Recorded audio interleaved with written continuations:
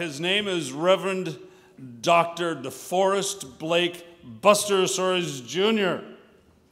He is the senior pastor of the First Baptist Church of Lincoln Gardens in Somerset, New Jersey, besides 6 honorary doctorates.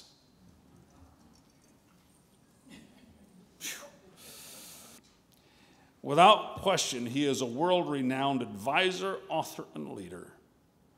He has previously served as the chairman of the United States Election Assistance Commission and the New Jersey's 30th Secretary of State, the state's first African-American male constitutional officer. Would you please welcome Buster Soaries Jr. Thank you, sir. Well, good morning. But thank you for all that you've done to help assemble and lead this movement. Thank you to Dr. Inman, Dr. Ahmed, to my friend Fred Luter, and all of these great panelists and speakers who have gathered. Dr. Woodson is here, who is one of my best friends in the world. Dean Trulier is one of my heroes. He spoke last night. Thank all of you for taking time out of your schedules to come and discuss somebody else other than yourselves. We've learned that we can pack out rooms of unlimited size if we advertise that we're going to teach people how to do better at something for themselves. But it's getting harder and harder to attract thinking people who are willing to invest time and thought in the future of someone else, including their own country. So I want to thank the Global Peace Foundation. Let's give Global Peace a great round of applause. Thank you so much.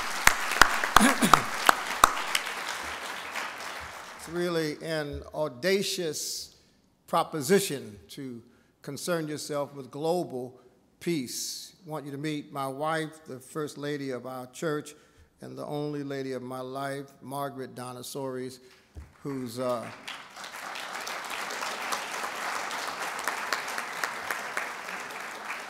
her smile is here, but her health is still over Newfoundland somewhere. I'm honored to be here. However, I'm relieved to have been invited to speak to the ideal. But sometimes we fail to recognize that America is the outgrowth of an ideal. An ideal is a concept that seeks to become a model that can be replicated. And as we climbed the Great Wall of China, and as we moved around the terracotta soldiers, we were once again reminded about our own country of how young we really are. To be old in this country is to be about 90 years in the making, but within the context of human history and the human experience, we are a young nation.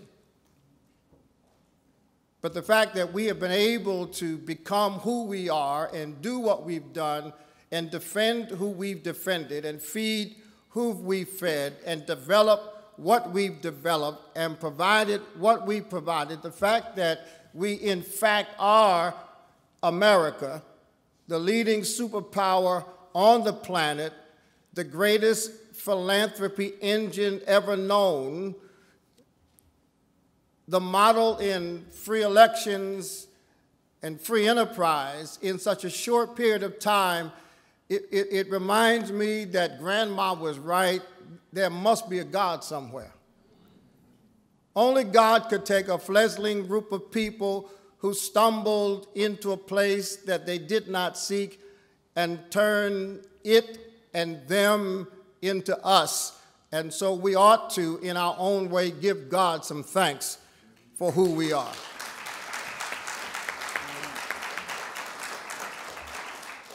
So today is quite interesting. I'm not on the organizing committee. I'm not privy to any of the inner workings. I just got a call from David Caprera and then others, and I said, anybody doing what you're doing, needs to be a place that I am present.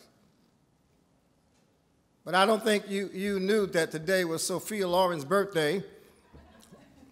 I don't think you care either, but I just thought you might want to know. This could be a birthday party covered by TMZ.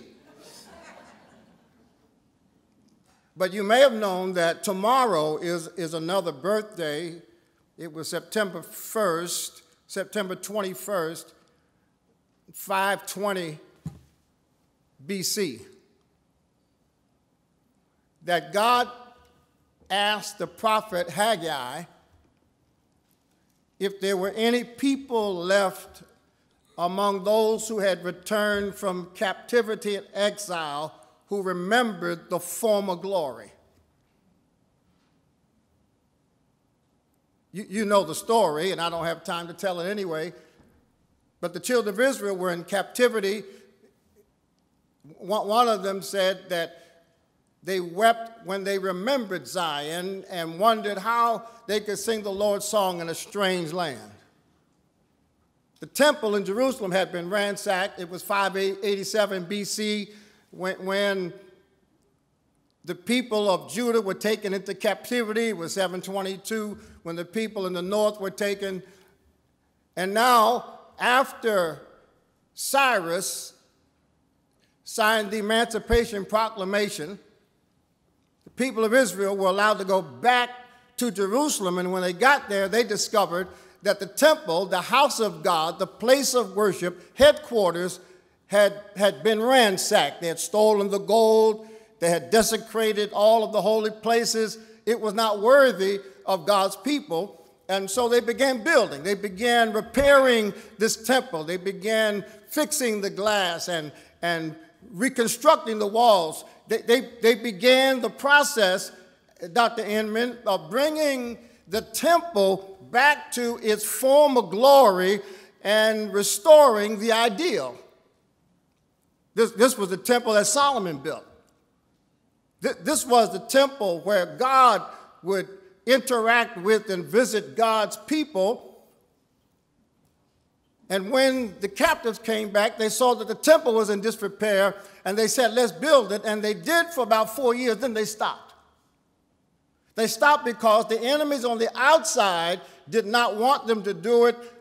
The foreigners, the barbarians, the terrorists, those who hated what they stood for, threatened their survival, just like Nehemiah when he tried to build the walls. But the people on the inside were the problem. In chapter 1 of Haggai, God told the prophet to ask this question: how is it appropriate for you to dwell in your sealed houses, your nice houses, your split-level houses? How is it appropriate for you to have your iPods and your iPads and your iPhones? How is it appropriate for you to have 800 TV stations and to have credit cards and to travel all over the world? How is it, people, appropriate for you to look out for yourselves, wear designer clothes, keep up with the Kardashians, yet headquarters is in trouble? Because the people had said, it's not time. It's not time to rebuild the temple. It's the wrong time. And so the people, as it were, stopped building headquarters and just started looking out for themselves. Neighbors didn't know neighbors.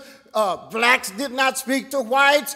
Asians didn't know Hispanics. And what had happened was this people that God had called out into freedom had now become so distracted by themselves that they had let everything that was important go by the wayside. Sounds a little bit like us. We've got better devices and worse communications. We've got smartphones and dumb kids. We've got more money and less meaning. And it's as if we are preoccupied with developing our own futures, securing our own 401ks, designing our own destiny, even inside religion. We are looking at God as having a vertical responsibility to us and no horizontal call to anybody else. And so now personal prosperity has become the watchword even in the Christian church.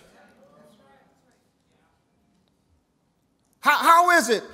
God asked the prophet to ask the people, it's appropriate for you to dwell in your wonderful houses, drive your nice cars, spend all of your money, go on nice vacations, yet the most important thing among you, the most important principle, the only means for securing peace is in disrepair. And so in chapter 2, he says to the prophet, ask the people, are there any among you who remember the glory days? I mean, is there anybody here who remembers the days when you could do business without contracts? Is there anybody here who remembers the days when we would sign up and our young men and young women would risk their lives for the safety and security of this country? We don't have to go back to World War I, World War II. Is there anybody here who remembers the unity that we all felt and displayed on September 11, 2001? Is there anybody here who remembers the glory days when, in fact, most people who got married stay married? When children grew up, they normally had a mother and a father. Does anybody here remember the glory days when we had on our coins, in God we trust, and we really trusted in God? Does anybody here remember the days like I do when I went to school as a child, Nishawane Elementary School, public school, where every day we started with reading a psalm and saying a prayer? Does anybody here remember the glory days? That was the question Haggai asked the people. Does anybody here remember the days before we were captives, when we thanked God for everything we had and honored God in everything we did? Because if you do, then you will know that now is the time to build and restore those days. Well, the story's too long to recite, but if I fast forward to the end, the people responded to the voice of the prophet, and in 4 years, they rebuilt what historians call the Second Temple. And I'm not urging us to form a building committee and form a building fund and find some land and build a structure. But the building of that Second Temple, the restoration of that spiritual headquarters was building much more than a structure. And our meeting today is not designed to build a new organization. The Lord knows we have sufficient numbers of organizations. We don't need any more titles. Everybody in here has a title. And we certainly don't want people to determine which among us is the most important and who shall be the new leader. No, the question is, what benefits came from rebuilding? What will we get if we commit our lives, our hearts, our minds, and our souls to the rebuilding and restoration of this ideal? Well, let's look at these people. The first thing that happens when you join hands and rebuild, the first benefit to these people was the rebuilding of their capacity. They had lost their capacity to build. They'd given up on themselves. And so CNN and Fox and MSNBC are now gathering to identify some of these young people who are so disaffected with their own country that they're signing up to fight with ISIS. And churches and mosques and synagogues and cathedrals are wringing their hands and praying. Dr. Schuller said it, that prayer without faith is dead, but even prayer with faith does require some action. And so when we meet at times like these, Dr. Inman, when we even call the meeting, that we've become so saturated with cynicism that we don't believe we have the capacity to create any kind of peace anywhere in America. I talked about Whitson almost every day of my life, and he's one of my heroes primarily because he goes into the toughest high schools in America and eliminates violence and stops gangbangers from being gangbangers and peacemakers. The bottom line is this: we have to rebuild our capacity to rebuild the ideal. But if we feel powerless, then we'll wring our hands, we'll hide behind our religious institutions, we'll lock our doors, we'll bar our windows, we'll go for ourselves and leave it for the next crowd. But somebody must rebuild. When I was appointed Secretary of State of New Jersey, my sons were in 4th grade, and they studied state government in 4th grade. And that summer, we went on vacation to Florida, and my younger son had become so accustomed to being the son of the Secretary of State, driven by the state police, playing paintball or whatever they play with all of my security. They loved going over the George Washington Bridge with no traffic. And so when we got to Florida, his first question when we landed, Dr. Ahmed, was this: Dad, do you still have your power? 4th grade. I said, son, what do you mean by the question? He said, well, you're the Secretary of State of New Jersey. We're in Florida now. I need to know, do you still have your power? And I said, well, if you're asking me, can we go to the governor's house and play with the dog? Not in Florida, no. And if you're asking me, are the state police going to pick us up and drive us around? I hope not in Florida. But I wanted him to know, as a 4th grader, that I still had my power. And I said to him, I don't have all of the rights and privileges in Florida that I have in New Jersey, but if we see a car that's stuck on the side of the road, we have the power to pull over and help that person. Amen. I have the power to love people, rich and poor, black and white. I have the power to respect women as God's creation. I have the power to love Muslims and Jews and others. I still have my power because my power is not in my title. My power is in my testimony. So the rebuilding helps us recapture a sense of capacity. And in this room, there are people who are models of possibility who, when we connect with each other, can maximize our power. And then the rebuilding of capacity would help them rebuild community.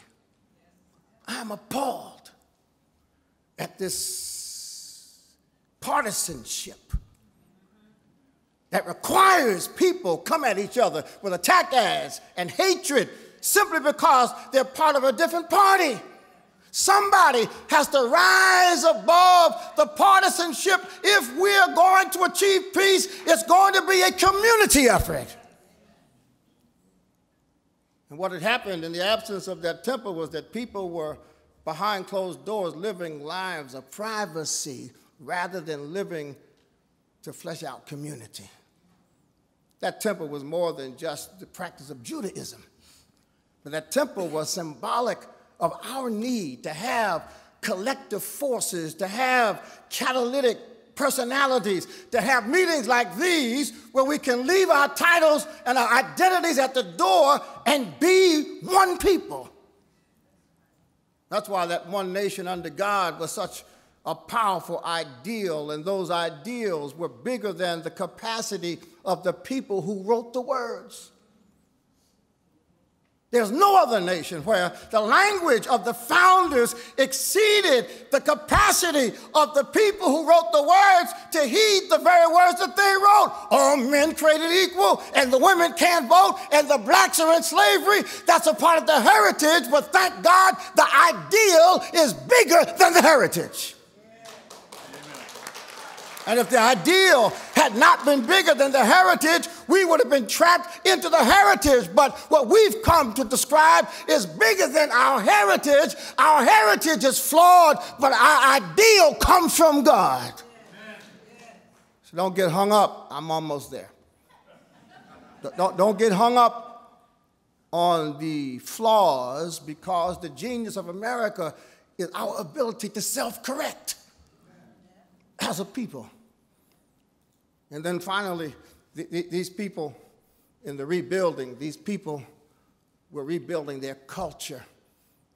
My mission and my work now involves helping African Americans primarily, but anyone who will listen, kind of resist the temptation to spend more than they have, drown in credit card debt, go without saving. I'm trying to mobilize a movement around financial health, starting with financial behavior. And so when I was in China, we had our final tour guide. She's about 27 years old. I said to her, are you concerned with this growing economy and all of this consumerism in China? Is anyone here concerned that the people of China may end up spending too much money? She said, well, what do you mean, too much money? And I said, well, I see Gucci all over town and all the designers from the West, and I'm just wondering, is there any concern that perhaps people will spend, and end up like us, broke? You know, 54% of African Americans either have no bank account or they have a bank account and don't use it. And I'm just wondering if that trend is of concern to Chinese leadership. He said, oh, no. She said, no, we're not concerned about that. I said, well, why not? She said, because we have to save. So what do you mean you have to save? Who makes you save? She said, my daddy. She's 27 years old with a college degree. And she said, my father sits me down every year to tell me how much money I have to save next year. And then he checks my account. I said, what? I said, you're grown, 27, college graduate. Why would you show your father your account? She said, that's our culture. That's our culture. Our culture used to be get married, then have children, and raise your own children. That used to be our culture. And when I say our, I mean black, white, and everything in between. Our culture used to be pay first and bring it home later. We call that layaway. Our culture used to be, no matter how little money we make, pay your tithes to God, get involved in church. My grandmother had 8 children and an alcoholic husband, raised all 8 and 2 grandchildren, but every time we needed some money, Grandma had some cash. You needed $5 or less, she pulled a handkerchief out of her bra, opened it up, and gave you a couple of dollars. If you needed $20 or more, she pulled up her dress, unrolled her stocking.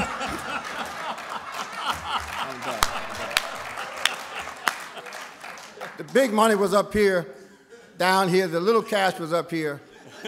But your culture grows out of your beliefs. And so I love the Star Spangled Banner. But black people developed a different kind of articulation of our passion when we said, God of our weary years, God of our silent tears, thou who hast brought us thus far on our way, thou who hast by thy might led us into the light, keep us forever in the path we pray, lest our feet stray from the places of God where we met thee, lest our hearts drunk with the wine of the world we forget thee.